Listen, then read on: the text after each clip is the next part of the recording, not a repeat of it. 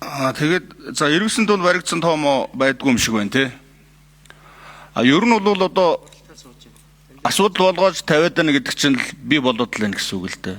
Малчт нь бол одоо тухайн одоо тэр 3 төсөйхэн бол юу ярьж байгаа юм гэхлээр зэрэг өмнө нь бол тэгдэггүй байсан юм аа. Одоо олноороо ороод ирж байгаа гэдэг чинь тоотлого нэмэгдээд байна гэсэн үг гэж ойлгож байна гэж байгаа юм. Яам болохоор зэрэг тоотлого өсөөгүй гэдэг гэж байгаа.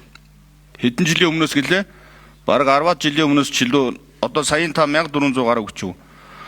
Ийм тоол байгаад байдаг л юм одоо хариу өгдөг. Гэтэл айлын хот руу олноороо ороод ирнэ гэдэг чинь одоо ихсээд байна гэж одоо бид нар ойлгож байна гэж одоо нутгийн иргэд нь бол тэгж байгаа. Тэгээд яг одоо энэ чомтой адилхан 90-нд баригдаад байвал одоо бас яах вэ? Тийм ээ? Энэ дээр та хэд маань одоо ямар арга хэмжээ авах вэ л гэж асуугаад байгаа. Нэг нөмөр хариулъя. За түрүүн би хэлсэн амтны тухай хуульд шинжилсэн найруулгын төслийн хууль бид нар боловсруулад явж байгаа. Энэ дээр бол бас яа харахгүй одоо ялангуяа нэг ховор амтан бол төрийн өмч гээд бүртгэлтэй байдаг.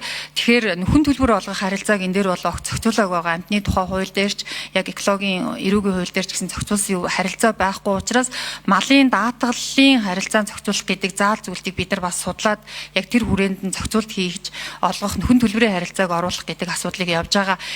Бас зөвхөн одоо нөгөө тоо толгойн ихсэх багасах гэдэг дээр биш ер нь уур амьсгалын өөрчлөлт зэрлэг амьтны одоо нөгөө ареал бүс нутаг нүүдэл шилжиж хөдөлгөөн өөрчлөгдөж байгаа. Эдэж тижээлийн бас энэ динамик өөрчлөлттэй холбоотой бас нүүдэл шилжилт хөдөлгөөн өөрчлөж байгаа ийм асуудлууд байгаа. Тэгэхээр яг тодорхой судалгаа шинжилгээний үндсэн дээр энэ зохицуултыг амьтны хуулийн дээр бол наривчлан зааж өгөх үнэхээр хэрэгцээ шаардлага бол байгаа. 2012 оноос хойш энэ хуулинд бол шинжилсэн найруулга нэмэлт